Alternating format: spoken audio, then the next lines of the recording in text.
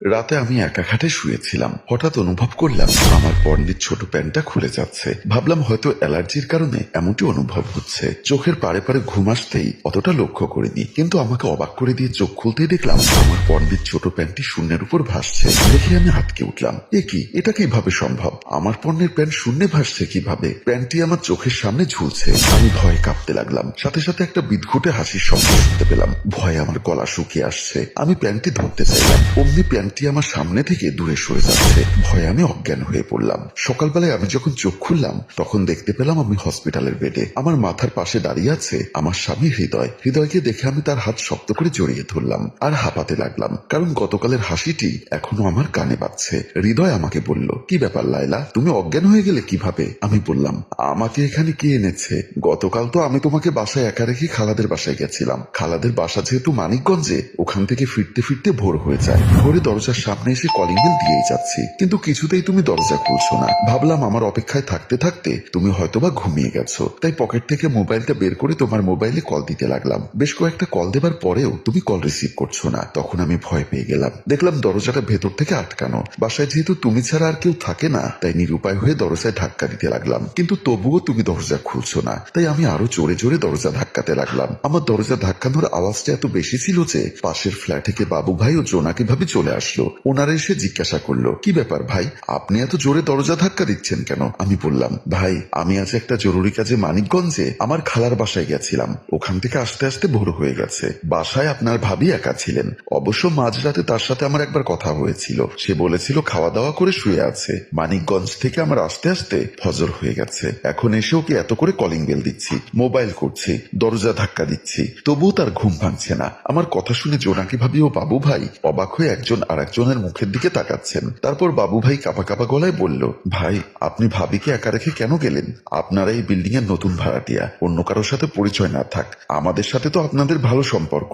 আপনি বললে আমার স্ত্রী এসে ভাবির সাথে থাকতো, এভাবে ভাবিকে একা রুমে রেখে যাওয়াটা আপনার উচিত হয়নি। জোনাকি ভাবি বলল, এখন এত কথা বলার দরকার নেই, তাড়াতাড়ি দরজা ভেঙে ভাবিকে উদ্ধার করুন। তারপর আমি আর পাশের ফ্ল্যাটের বাবু ভাই মিলে দরজা ভেঙে রুমে গিয়ে দেখি তুমি খাটের নিচে অজ্ঞান হয়ে পড়ে আছো। তোমাকে এই অবস্থায় দেখে জোনাকি ভাবি বলল, যা ভেবেছিলাম তাই, ভাবি ভয় পেয়ে অজ্ঞান হয়ে গেছে। তোমরা তাড়াতাড়ি ভাবিকে হসপিটালে নেওয়ার ব্যবস্থা করো। তারপর আমি আর বাবু ভাই মিলে তোমাকে হসপিটালে নিয়ে আসলাম। কিছুক্ষণ আগে বাবু ভাই ও জোনাকি ভাবি হসপিটাল থেকে চলে গেছে। এখন বলো তো তুমি অজ্ঞান হয়ে গেছিলে কেন? হৃদয়ের মুখে এমন কথা শুনে আমি গতকাল রাতে সমস্ত কথা তাকে খুলে বলতে লাগলাম। আমার সাথে ঘটে যাওয়া সব কথা শোনার পর হৃদয় কিছুটা চিন্তিত হয়ে গেল, তবু আমাকে বলল, দূর, ওসব এখন আছে নাকি? তুমি একটা শিক্ষিত মেয়ে, ভূত প্রেতের কল্পকাহিনী তুমি বিশ্বাস করো? আমি তাকে বললাম, একটা সময় আমি বিশ্বাস করতাম না, কিন্তু গতকাল রাতে আমার সাথে ঘটার পরে আমি এখন বিশ্বাস করি। আই এম শিওর ওই ঘরে কোনো অশুভ শক্তি আছে। আমার মুখে এমন কথা শুনে হৃদয় বলল, আমার তো বিশ্বাস হয় না। আচ্ছা তুমি বলো তো, ওই বাসা যখন আমরা প্রথম ভাড়া নিই তখন বাসাটা কিরকম জনশূন্য ছিল না? হ্যাঁ তা ছিল। জমিদার কি বলেছিল মনে আছে? হ্যাঁ, উনি বলেছিল এই বাসাটাতে ওনার বড় ভাই আর ভাবি থাকতো, ওনারা এখন আমেরিকা গেছে, তাই বাসাটা খালি পড়েছিল। আমাকে বলেছিল আমি যদি উঠতে চাই ওই বাসাতে আজই উঠতে পারবো, সবকিছু ফার্নিচার করাই আছে। হ্যাঁ, তারপর তুমি আমি ওই বাসাতে উঠে অনেকদিন পড়ে থাকা জনশূন্য বাসাটার সবকিছু পরিষ্কার করে তারপর ওখানে উঠি। এখন আমার প্রশ্ন হচ্ছে, ওই বাসায় যদি কোনো সমস্যা নাই থাকবে, তাহলে এতদিন বাসাটা খালি পড়েছিল কেন? আর এত কম টাকায় বাসাটা আমাদেরকে ভাড়া দিল কেন? তোমার কথায় যুক্তি আছে, তবুও আমার বিশ্বাস হচ্ছে না। আচ্ছা, আমরা হসপিটাল থেকে রিলিজ হয়ে গেলে জোনাকি ভাবি আর বাবু ভাইয়ের কাছে জিজ্ঞাসা করলেই বুঝতে পারবো। বিকালে আমি আর হৃদয় হসপিটাল থেকে রিলিজ হয়ে যখন বাসায় গেলাম, তখন আমাদের বাসায় না ঢুকে জোনাকি ভাবি আর বাবু ভাইয়ের বাসায় ঢুকলাম। তখন জোনাকি ভাবি আর বাবু ভাই ড্রয়িং রুমে বসে চা খাচ্ছিলেন। আমাকে দেখে জোনাকি ভাবি বলল, আসুন আসুন, বসুন, এখন কেমন লাগছে? আমি বললাম, জি ভাবি, একটু ভালো লাগছে। জোনাকি ভাবি বলল, একটু চা খাবেন? চা করে দেই? না ভাবি, আমরা একটু আগে চা নাস্তা করে এসেছি, একটি বিষয় জানার জন্য আপনাদের কাছে এসেছি। বাবু ভাই বলল, চা নাস্তা করতে করতেই কথা বলি। না ভাইজান, আমার একটা কথা জানার ছিল। জোনাকি ভাবি বলল, কি কথা? তারপর গতরাতে ঘটে যাওয়া সব কথা আমি বাবু ভাই এবং জোনাকি ভাবিকে বলতে লাগলাম। আমি যখন কথাগুলো বলছিলাম তখন ওনারা স্বামী স্ত্রী একে অপরের মুখের দিকে তাকাচ্ছিল, আর ওনাদের দেখতে কিছুটা ভয়ার্থ মনে হচ্ছিল। আমি একাধারে ঘটে যাওয়া সব কথা খুলে পড়লাম। আমার কথা শেষ হওয়ার পরে বাবু ভাই বলল, আপনি ঠিক ধরেছেন ভাবি, ওই ঘরে একটা অশুভ শক্তি আছে। ওনার মুখে এমন কথা শুনে আমি আর হৃদয় দুজনেই চমকে উঠলাম। আমি হৃদয়ের দিকে তাকালাম। হৃদয় আমাকে ইশারাতে শান্ত হয়ে সব শুনতে বলল। তবু আমি বাবু ভাইকে বললাম, ভাই ওই রুমের ঘটনা ঘটনাটা আমাদেরকে একটু খুলে বলুন তো, কেন ওখানে অশুভ শক্তি ভর করেছে? ওটা আমরা আসার আগের ঘটনা। আমরা এই ফ্ল্যাটে ঢোকার পরে প্রায় সময় দেখতাম ওই ফ্ল্যাটে নতুন ভাড়াটিয়া উঠতো। কেউ 1 মাসের বেশি থাকতো না। প্রতি রাতেই ওখানে কোনো না কোনো ঘটনা ঘটতো। হৃদয় বলল, আমরা ওই রুমে ঘটে যাওয়া ঘটনাটা শুনতে চাচ্ছি, যে ঘটনার কারণে ওই রুমে অশুভ শক্তি ভর করে আছে। বাবু ভাই বলল, তাহলে শুনুন সেই ঘটনা। ওই ঘরে থাকতো বাড়িওয়ালার আপন বড় ভাই এবং বড় ভাবি। দুজনেই ছিল নিঃসন্তান। ওনাদের বয়স প্রায় 70-এর কাছাকাছি। ওনাদের ঘরে দুজন কাজের লোক ছিল, একটা কাজের মেয়ে আর একটা কাজের ছেলে। কাজের মেয়ের বয়স ছিল 14 থেকে 15 বছরের, আর কাজের ছেলের বয়স ছিল 16 থেকে 17 বছরের। একদিন বাড়িওয়ালি ঘরে না থাকায় বাড়িওয়ালা বয়স্ক লোকটি বিছানার উপর থেকে ডাক দিয়ে বলল, রোশনি, এই রোশনি, কই গেলি? কাজের ছেলে ফাহিম এসে বলল, না না, আমাকে ডেকেছেন? বুড়ো লোকটি ডেকেছিল কাজের মেয়ে রোশনিকে। এসেছে কাজের ছেলে ফাহিম। তাই উনি রেগে গিয়ে বলল, ওরে হারামজাদা, তুই কেন আসলি? আমি তো ডেকেছি রোশনিকে। রোশনি রান্নাঘরে কাজ করছে। তো নানি কোথায়? তাকে দেখছি না কেন? নানি ওনার বান্ধবীর বাড়িতে বেড়াতে গেছে। তখন আপনি ঘুমিয়েছিলেন। আমাকে বলে গেছে আপনি ঘুম থেকে উঠলে যেন আপনাকে কথাটা বলি। আচ্ছা, তুই এখন রান্নাঘরে গিয়ে রোশনিকে বল 1 কাপ চা নিয়ে আসার জন্য।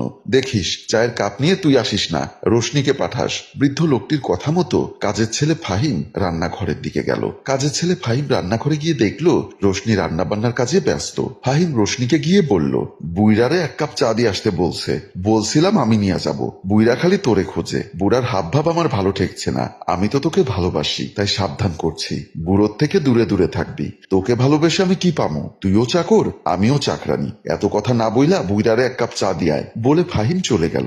রোশনি যখন চা নিয়ে বৃদ্ধ লোকটির রুমে আসলো, তখন বৃদ্ধ লোকটি রোশনির হাত থেকে চায়ের কাপটা নিয়ে বলল, আমার পাশে বস, তোর সাথে কিছু জরুরি কথা আছে। কি কথা নানা? তোর নানিকে বিয়ে করেছি অনেক বছর, দাম্পত্য জীবনের এত বছর হয়ে গেল, তোর নানির থেকে কোনো বাচ্চা কাচ্চা পাইনি। তাই আমি চাই তোকে বিয়ে করতে। তোর নামে অনেক টাকা পয়সা দিব, একটা বাড়ি করে দিব। তারপর বৃদ্ধ লোকটি কাজের মেয়েটিকে নানাভাবে লোভ লালসা দেখিয়ে তাকে নিয়ে পালিয়ে গেল। এদিকে বিকালবেলা বৃদ্ধ লোকটির স্ত্রী যখন বান্ধবীর বাসা থেকে ফিরে আসলো, তখন দেখলো কাজের ছেলে ফাহিম বসে বসে কাঁদছে। মহিলাটি কাজের ছেলেকে জিজ্ঞাসা করলো, কিরে ফাহিম, তুই এখানে বসে কাঁদছিস কেন? তোমার স্বামী আমার প্রেমিকারে নিয়ে পালাইয়া গেছে। তারপর কাজের ছেলেটি সব ঘটনা বৃদ্ধ মহিলাটিকে খুলে বলল। সব ঘটনা শোনার পর বৃদ্ধ মহিলাটি সিদ্ধান্ত নিল, স্বামী যদি 70 বছর বয়সে 16 বছরের মেয়ে নিয়ে পালাতে পারে, তাহলে সে কেন 60 বছর বয়সে 17 বছরের ছেলেকে বিয়ে করতে পারবে না? উনি তৎক্ষণিক সিদ্ধান্ত নিল কাজের ছেলে ফাহিমকে বিয়ে করবে। শোন, তোকে আমি বিয়ে করব। বৃদ্ধ মহিলাটির মুখে এমন কথা শুনে কাজের ছেলে ফাহিম কেঁদে দিল। আপনি আমার নানির চাইতে বয়সে বড়, আপনাকে কিভাবে আমি বিয়ে করব? আমার জায়গা সম্পত্তি যা আছে সব তোর নামে লিখে দিব, তবুও আমি তোর সাথে 1 রাত বাসর করব। যেমন কথা তেমন কাজ। বর সাজিয়ে কাজের ছেলে ফাহিমকে বাসর ঘরে বসিয়ে রেখে বৃদ্ধ মহিলাটি বাসর ঘরের সামনে মনের সুখে নেচে নেচে গাইল, আহা কি আনন্দ আকাশে বাতাসে, আহা কি আনন্দ আকাশে বাতাসে। গান গাওয়া শেষ করে খাটের উপর উঠে বলল, চল এবার আমরা বাসর শুরু করি। বলে যখন ফাহিমকে ধরতে চাইল, তখনই ফাহিম বৃদ্ধা মহিলাটির ভয়ে স্ট্রোক করে মারা গেল। আর সেই কাজের ছেলে ফাহিম এখন প্রেতাত্মা হয়ে ওই রুমে যে ঘুমোয় তার প্যান্ট খুলে ফেলে। বাবু ভাইয়ের মুখে কথাগুলো শুনে আমরা দুজন একজন আর একজনের দিকে তাকাচ্ছিলাম। তারপর বাবু ভাইকে জিজ্ঞাসা করলাম, বৃদ্ধ লোকটি না হয় কাজের মেয়েকে নিয়ে পালিয়েছে, কিন্তু বৃদ্ধা মহিলাটি এখন কোথায়? জোনাকি ভাবি বলল, সেদিনের পর থেকে ফাহিম ছেলেটি নাকি প্রেতাত্মা হয়ে বৃদ্ধা মহিলাটির লজ্জা স্থানে লাঠি দিয়ে পেটায়, তাই উনি এখন ওই রুমে থাকে না। উনি চলে গেছেন ওনার ভাইয়ের বাসায়। হৃদয় বলল, আজকের রাতটা আপনাদের বাসায় থাকবো, কাল সকালে উঠে আমরা চলে যাব। হ্যালো ভিউয়ার্স, আমাদের এই গল্পটি ছিল কাল্পনিক, বিনোদনের উদ্দেশ্যে আপনাদের জন্য তৈরি করা। গল্পটি কেমন লেগেছে তা অবশ্যই কমেন্ট করে জানাতে ভুলবেন না। ভালো লাগলে শেয়ার করে দেবার জন্য অনুরোধ রইল। ধন্যবাদ।